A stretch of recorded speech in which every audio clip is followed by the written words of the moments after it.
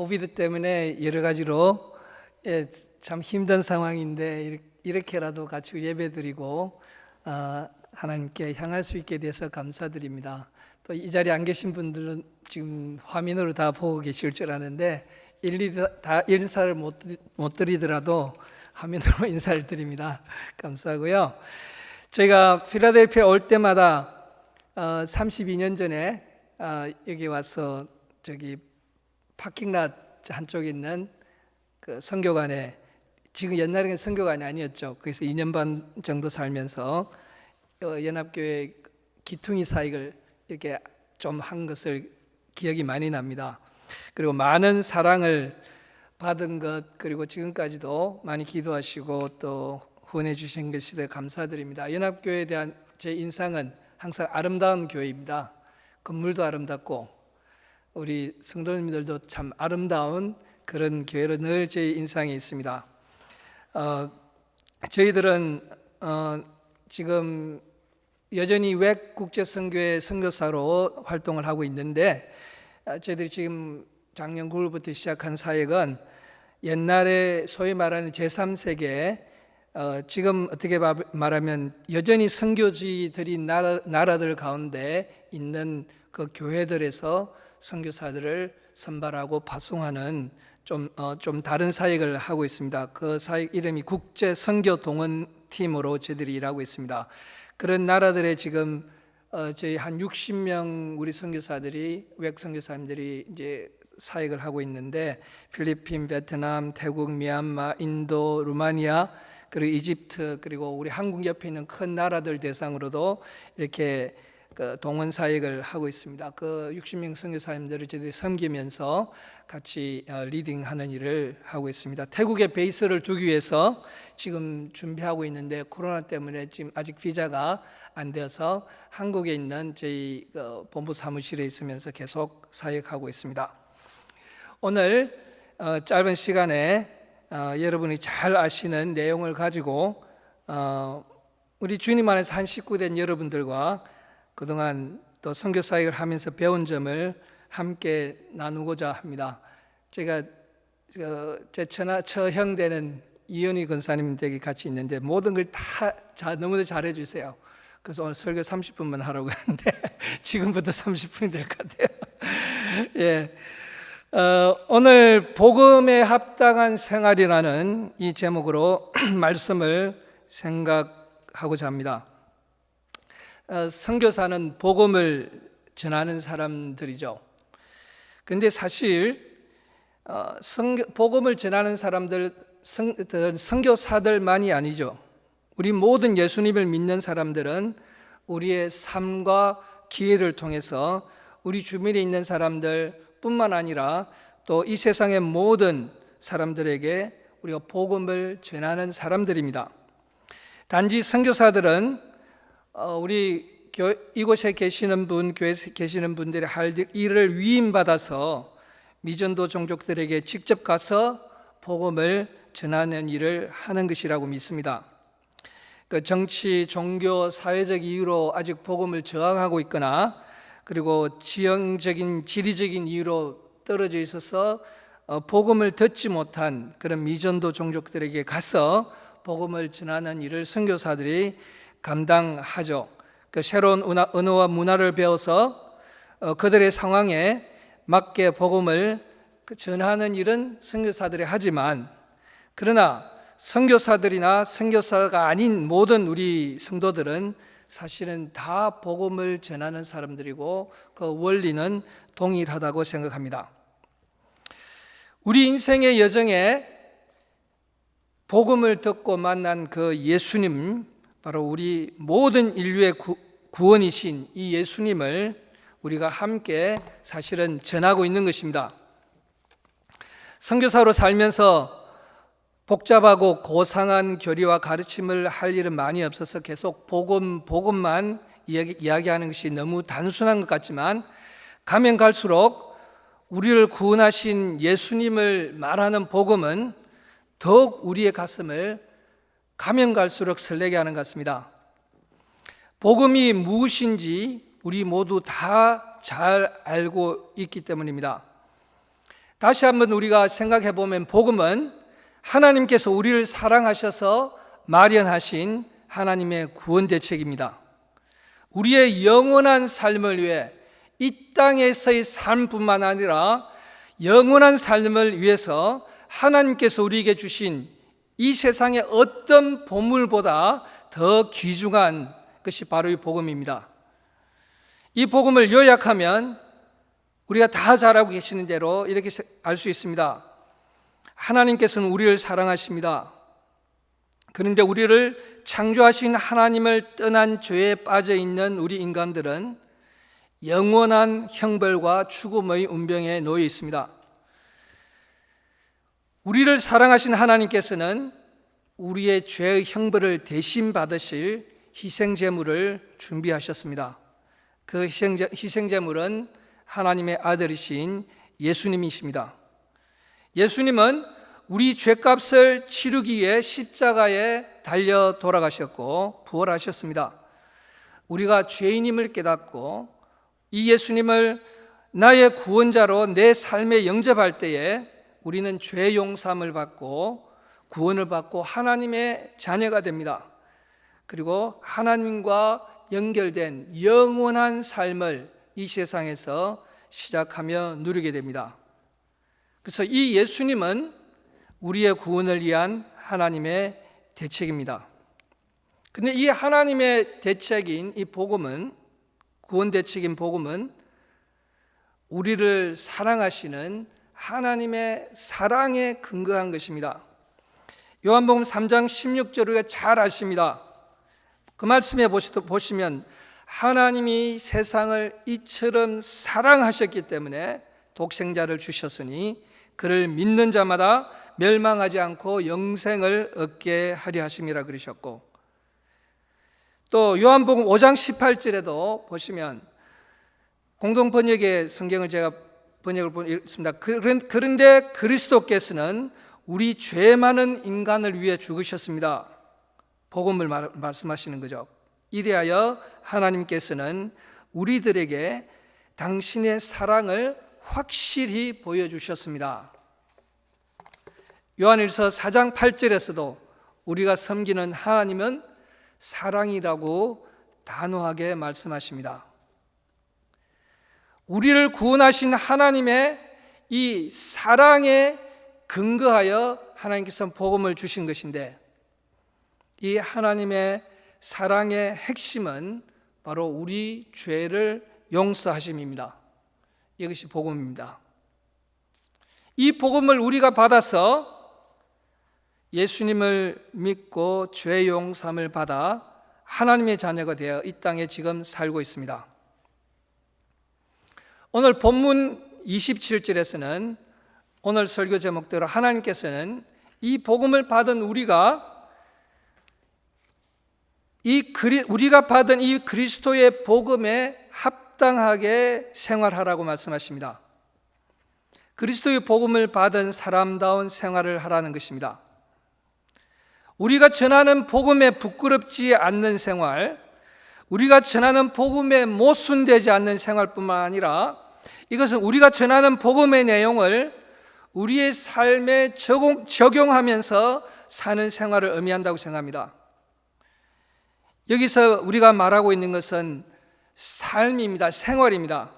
단순한 지적인 동의나 인식의 변화를 말하는 것이 아니고, 또 이것은 교회 안에서의 생활을 말하는 것도 아니고, 우리의 가정에서, 사회에서, 직장에서, 가족들 간의 관계에서, 친척, 친구들과의 관계 속에서, 또 성도들과의 관계 속에서, 또 비기독교인들과의 관계 속에서 이루어지는 우리 모든 그리스도인들의 모든 삶에 대해서 말하는 것입니다.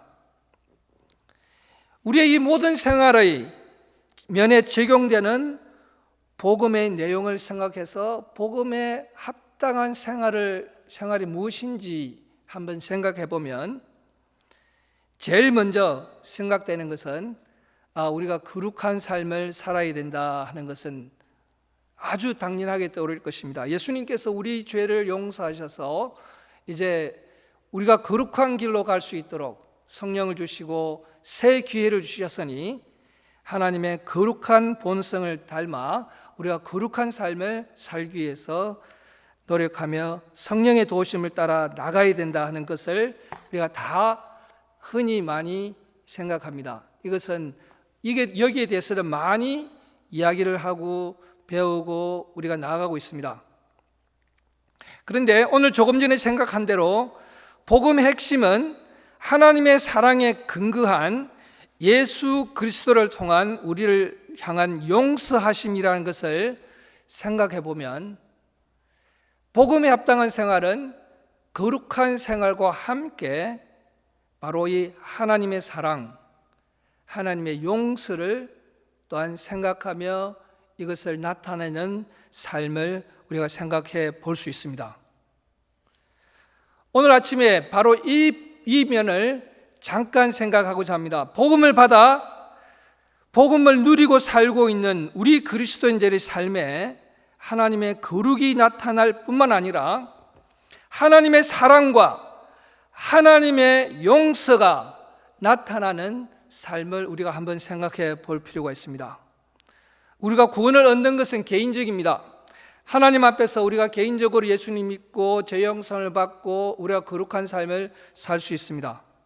그런데 구원을 받아 하나님의 자녀로 살아가는 우리 삶은, 생활은 개인에게 국한된 것이 아니라 우리 공동체 안에서 우리가 관계하는 사람들 가운데서 이 삶은 나타나게 되어 있습니다. 그래서 어찌 보면 거룩한 삶의 일부라고 할 수 있는 그것이 바로 우리 다른 사람들하고 관계하는 가운데 나타나는 하나님의 사랑과 하나님 용서가 나타나는 것으로 이 거룩한 삶도 더 완성된다고 볼 수 있겠습니다. 하나님께서는 예수님 믿고 나서 우리를 공동체 안에 다른 사람들의 관계 속에 두셔서 계속해서 하나님 우리의 죄를 용서하시는 것을 보여주시고 또 그 죄 용서함을 다른 사람들에게 나타내며 살 수 있도록 하나님께서는 우리에게 복음에 합당한 삶을 살아라고 말씀하십니다. 저는 근래 몇 년 동안 요한복음 13장에서 17장의 내용을 많이 생각하고 있습니다. 우리 잘 아시는 대로 요한복음 13장에 17장은 예수님께서 이제 사로잡히셔서 돌아가시기 전날 제자들과 마지막 그 만찬을 가진 그 장면에 대한 기록입니다. 이 순간은 예수님께서 돌아가시기 직전에 그 전날 벌어진 일이기 때문에 어찌 보면 예수님 죽음 직전에 벌어진 아주 엄숙한 순간이었다고 말씀할 수 있을 것입니다. 제자들의 기억에도 그날 저녁을 생각하면 그 다음 날 예수님께서 사로잡히셔서 돌아가신 것을 생각할 때 예수님께서는 제자들에게 가장 마지막 남기고 싶은 말씀을 주시는 그런 시간이었다고 생각할 수 있을 것입니다. 마치 유언과 같은 것입니다. 이 제자들은 예수님이 떠나시고 난 후에 예수님의 사역을 이어받아 사역을 하면서 교회를 시작하고 교회의 기초를 놓아서 지금 전 세계에 퍼져 있는 모든 교회의 가장 교회를 시작하는 그 원형 교회 멤버들이었기 때문입니다. 이 제자들을 3년 동안 데리고 다니시면서 훈련하시고 난 후에 본인의 사역을 계속 해나갈, 그리고 세계 모든 민족의 복음을 전할 근거지가 되는 이 교회를 시작하는 이 역동성이 있는 신앙 공동체를 만들 목적으로 예수님께서는 이 제자들에게 파격적인 행동으로 명확히 말씀해 준 사실이 있습니다. 그것은 우리가 잘 아시는 대로 제자들의 발을 씻겨 주신 것입니다.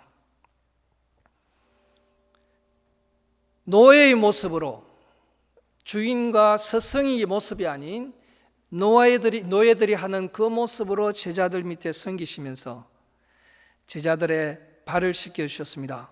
이미 말씀으로 거룩해진 제자들에게는 다시 목욕한 자가 다시 목욕할 필요가 없다고 말씀하시면서 당시 노예들이 집 주인과 손님들에게 하던 모습으로 제자들의 발을 친히 씻어 주셨습니다. 엄청난 충격의 장면이었습니다. 제자들에게는. 그러면서 예수님 말씀하셨습니다. 내가 선생과 주가 되어 너희의 발을 씻어 주었으니 너희도 서로 발을 씻어 주라고 말씀하십니다. 제자들의 냄새나는 발을 밖에서 씻고 만찬의 자리에 오라고 말씀하신 것이 아니라 그 자리에서 냄새나는 제자들의 발을 씻어 주신 것입니다. 제자들의 잘못을 먼저 용서하시고 섬김으로 그 잘못을 껴안아 주신 것입니다. 주인과 선생이 된 것을 포기하고 자기의 권리를 내려놓고 섬김의 자리에서 그 제자들의 냄새나는 발, 제자들의 잘못한 것까지 껴안아 주신 것을 보여주시면서 그렇게 하라고 말씀하십니다. 아마 그 다음날 베드로가 예수님을 부인하는 그 잘못을 할 것을 미리 보고하신 것인지도 모릅니다. 베드로가 잘못을 했을 때 나중에 그 전날 밤에 자기의 발을 씻어주신 예수님을 분명히 생각했을 것입니다. 먼저 다가와서 용서하시고 섬김으로 사랑을 보여주신 것입니다. 이처럼 여기서 생각할 수 있는 것은 우리가 서로를 향해서 깨끗하게 된 후에 나에게 오라고 이야기하는 것이 아니고 또 서로 잘못된 것을 지적하고 배척하는 것이 아니라 서로의 냄새나는 잘못을 항상 마음으로 용서하면서 내 자신의 권리를 포기하고 내 주장을 내려놓고 섬김으로 씻어주라는 그 잘못을 씻어주라는 그 말씀으로 우리가 받아들일 수 있을 것입니다. 행동으로 용서하면서 마음으로 용서하면서 행동으로 섬김으로 씻어주라는 것입니다. 그러고 난 후에 예수님께서는 그 13장 마지막에 34절 35절에 새 계명을 주십니다. 10가지 계명 외에 새 계명이라 하는 유일하게 예수님께서 주신 새 계명, 새 명령을 주십니다. 새 계명을 너희에게 주노니 서로 사랑하라. 내가 너희를 사랑한 것 같이 너희도 서로 사랑하라. 이로써 너희가 서로 사랑하면 모든 사람이 너희가 내 제자인 줄 알리라 말씀하십니다. 서로 사랑하라. 그러면 사람들이 너희가 내 제자인 것을 알겠다고 말씀하시고 요한복음 그 후에 그 다음 장 요한복음 14장 15절 21절에도 이 계명을 지키라고 말씀하시고 그 다음 장 15장 10절 17절에도 계속 서로 사랑할 것을 말씀하시고 요한복음 16장에서는 우리가 가는 길에 어려움이 환난이 있을 것을 말씀하시면서 17장 전장에서는 우리가 하나 될 것을 예수님의 제자들이 하나 될 것을 말씀하시면서 제자들에게 남기시고 그 다음 날 십자가의 길로 가셨습니다. 예수님께서 잡히시기 전 마지막 순간에 그동안 가르치고 보여주신 제자의 삶에 대해서 총정리하는 그 순간에 예수님은 제자들에게 목숨을 걸고 나가서 복음을 전하라 하는 그런 명령을 다시 주신 것이 아닙니다. 어떤 형식으로 예배를 드리고 어떻게 가르치고 어떻게 교회 조직을 만들고 무슨 일을 하고 다른 일을 하라고 가르치시고 말씀하신 것이 아니고 마지막 순간에 주신 한마디로 요약한 그 계명은 서로 사랑하라, 서로 용서하라, 서로의 잘못을 안아주라, 그리고 서로의 잘못을 사랑과 섬김으로 씻어주라는 말씀을 말씀뿐만 아니라 직접 행동으로 보여주셨습니다. 우리 교회들의 신앙 공동체 안에서, 우리 서로의 관계 속에서, 또 교회 밖의 모든 사람들의 관계 속에서 무엇보다도 우리 주님이 원하시는 것은 서로의 발을 씻어주고 용서가 풍성하고 용서가 체험되는 그런 삶이 아닌가 생각합니다. 이것이 복음에 합당한 삶이라고 저는 오늘 아침에 생각합니다. 이런 우리 공동체 안에서 먼저 서로 잘못을 마음으로 용서하고 찾아가서 그 잘못을 껴안아주고 서로 죄를 고백하고 용서하고 용서받고 하는 이런 일이 일어나는 공동체를 기대하는 것은 비현실적일까요? 도저히 될 수 없는 일일까요? 그것이 가능하지 않다면 예수님은 이런 명령을 주시지도 않았을 것 같습니다. 우리가 예수님 명령에 같이 단순하게 우리의 감정과 우리의 주장을 내려놓고 우리의 사역과 모든 것을 먼저 내려놓고 예수님 말씀하신 것을 가장 중요하게 먼저 순종할 때에 이것이 바로 우리가 자신 있게 복음을 외칠 수 있는 근거가 됩니다. 왜냐하면 우리 공동체 밖에 믿지 않는 사람들도 이것을 보고 우리가 예수님의 제자라는 것을 인정하기 때문에 이것은 살아있는 간증의 근거가 되기 때문입니다.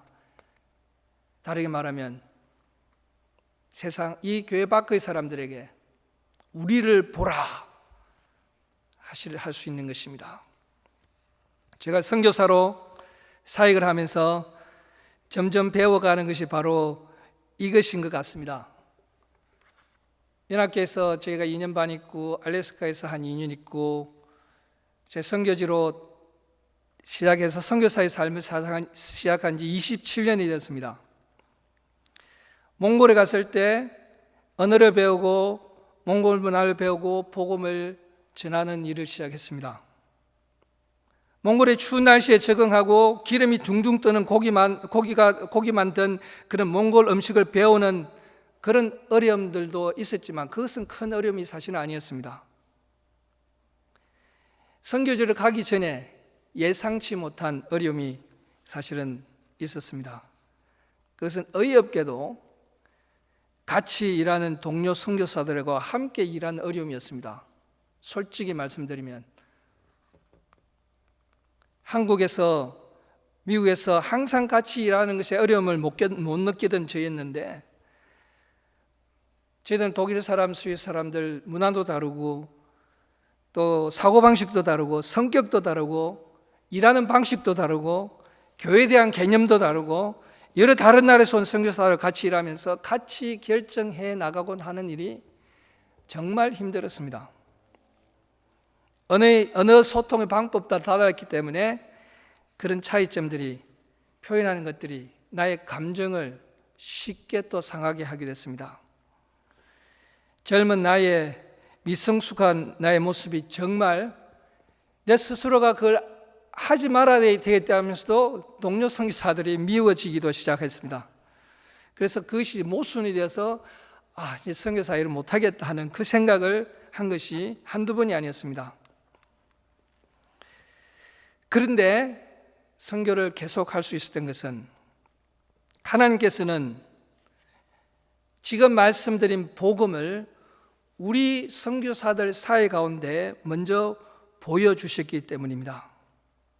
하나님께서 은혜로 역사하셔서 내 자신이 얼마나 부족하고 완벽하지 않은 모습인지를 깨닫게 되고 서로 용서도 구하게 되고 많은 과정을 통해서 내 감정을 상하게 한 사람들을 이해하고 서로 배우고 용서하게 되고 함께 많이도 울기도 하고 우리 선교사 팀이 거듭나는 것 같은 그런 경험을 하게 되었습니다.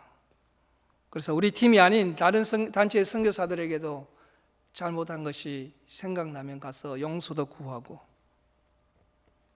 제가 솔직히 말씀드리면 연합교회에 있을 때 견해의 차이를 가져서 제 마음에 힘든 것이 생각이 나서 그때 독일에 해외를 갔을 때 새벽에 전화를 해가지고 우리 교회 장로님 전익원 장로님이 전화를 해서 제가 미안합니다, 잘못했습니다 하는 전화를 드릴 수밖에 없었어요. 장로님은 우리가 몽골에 갈 때도 그래도 안아주시고 품어주셨는데, 제가 그때 깨닫고 장로님을 새벽에 깨어서 사실은 전화를 해서 미안하다고 했습니다. 선교사들을 통해서 복음이 전해지게 역사하시는 하나님께서 선교사들의 삶과 관계 가운데 먼저 복음이 적용되게 하시는 것을 배울 수 있었습니다. 우리 동료 선교사들은 지금 다른 나라에 다 흩어져 있지만 한 식구처럼 정말 가깝게 지내고 있습니다. 그리고 제가 이 부분에 정말 부족했던 것을 알기 때문에 지금도 현재 우리 많은 선교사님들이 서로 용서하고 함께 사랑하면서 사역할 수 있도록 하는 일을 할 수 있도록 하나님께서 계속 기회를 주고 계십니다. 복음을 전하는 우리 선교사들 가운데 먼저 복음이 적용되어 서로 용서하고 사랑하는 것이 우리가 선교제의 사람들에게 내세울 수 있는 간증이 될 뿐만 아니라 우리가 전하는 이 복음을 확정하는 것이라는 것을 배우고 있습니다. 결국 선교사이든 누구든 선교제 사람들이건 믿는 사람들이건 안 믿는 사람들이건 사람들의 삶 속에 깊이 들어가 보면 사람들은 모두 사랑을 원하는 것 같습니다. 막 몸부림치는 사람들하고도 깊이 대화를 해보면 그 사람에게 사랑이 필요한 것이에요. 이 방법 저 방법 다 쓰고 어떤 것도 되지 않는다면 사랑의 방법을 무조건 사랑해 보십시오. 이 말씀이 얼마 전에 미국 복음송을 들었더니 노래도 나오더라고요.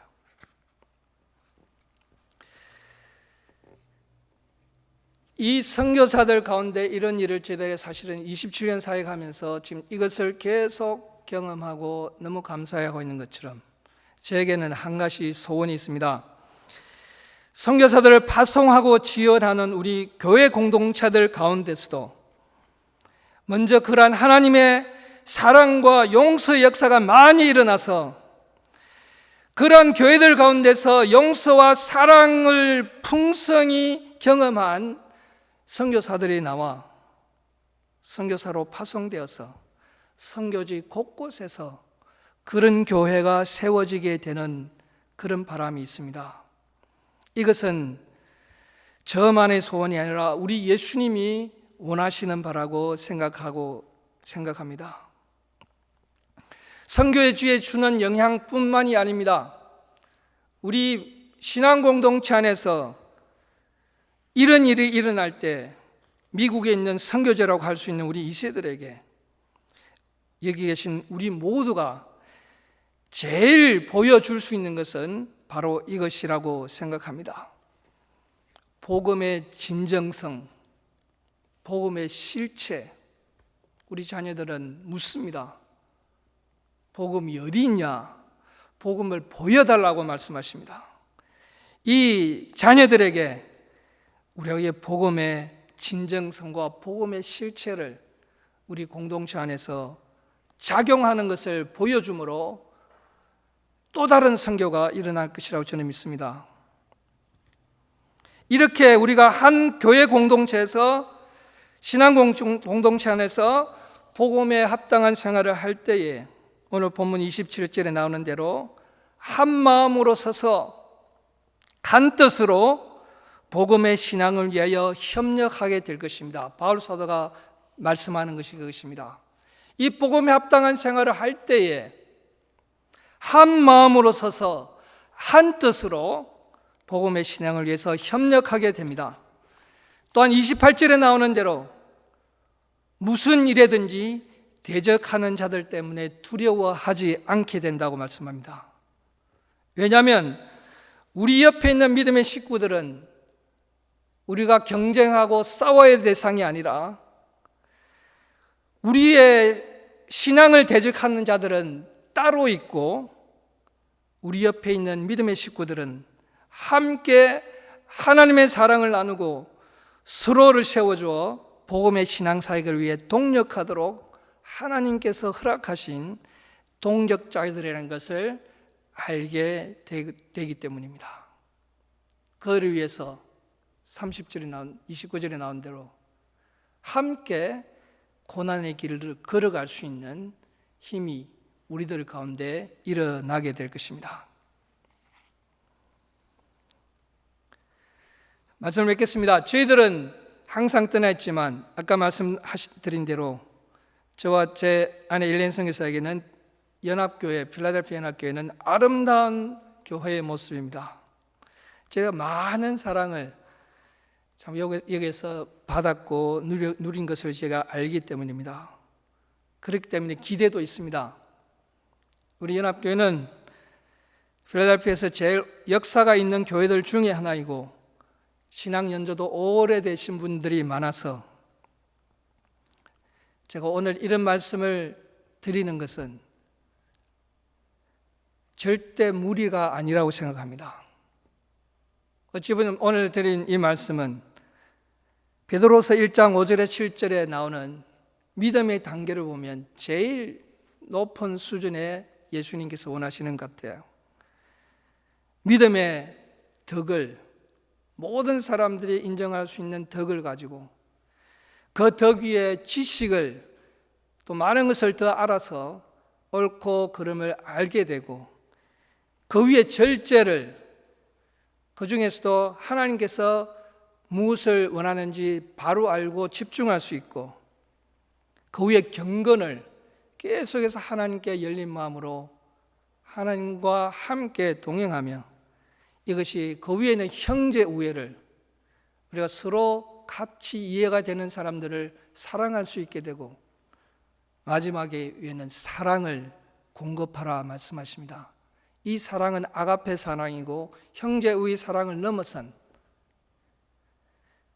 내가 사랑하기 힘든 사랑까지도 사랑하는 오늘 예수님께서 요한복음 13장에 보여주신 먼저 다가가서 용서하고 우리가 죄인 되었을 때에 우리를 위해 돌아가신 그 하나님의 사랑을 공급하는 것이 바로 우리 믿음의 가장 높은 수준이라고 보면 저는 우리 연합교회가 이런 일을 충분히 할 수 있으리라고 믿습니다. 그래서 서로에 대해서 용서의 고백이 있고 용서를 구하는 고백이 풍성해서 바깥에서 사랑의 굶주린 많은 사람들이 우리 연합교회 안에 들어와서 복음을 체험하고 예수님을 만나게 된다는 그런 소문이 나는 사랑의 교회가 되기를 축복합니다. 이 소문이 우리 2세들에게도 났으면 좋겠습니다. 눈앞에 있는 작은 문제들보다 예수님께서 말씀하신 가장 중요한 이것이 최우선이 되어 모든 사역과 의견들을 내려놓고 서로 잘못을 고백하고 서로 잘못을 깨어나주고 그러한 일들이 일어나는 우리 공동체를 생각하면서 기도해 볼 만하지 않겠습니까? 그렇게 기도할 때에 하나님께서 역사를 일으키실 것입니다. 팬데믹 상황으로 우리가 한꺼번에 모여서 예배를 드릴 수 없는 이런 상황이지만 마태복음 5장 23절 4절의 말씀을 생각하면 예물을 제단에 드리려 하다가 거기서 내 형제에게 원망 들을 만한 일이 있거든 예물을 제단에 두고 먼저 형제와 화목하고 그 후에 와서 예물을 드리라 하는 그 말씀을 실천할 수 있는 좋은 기회가 아닌가 생각합니다. 그래서 팬데믹 마치고 우리가 같이 한 자리에 다 모일 때는 큰 셀러브레이션이 있는 그런 모습이 되기 위하여 예배 드리지 못하는 대신 계속해서 살아있는 이 예배를 우리 가운데 드려 하나님의 영광을 나타내는 귀한 우리 신앙 공동체가 되기를 축복합니다.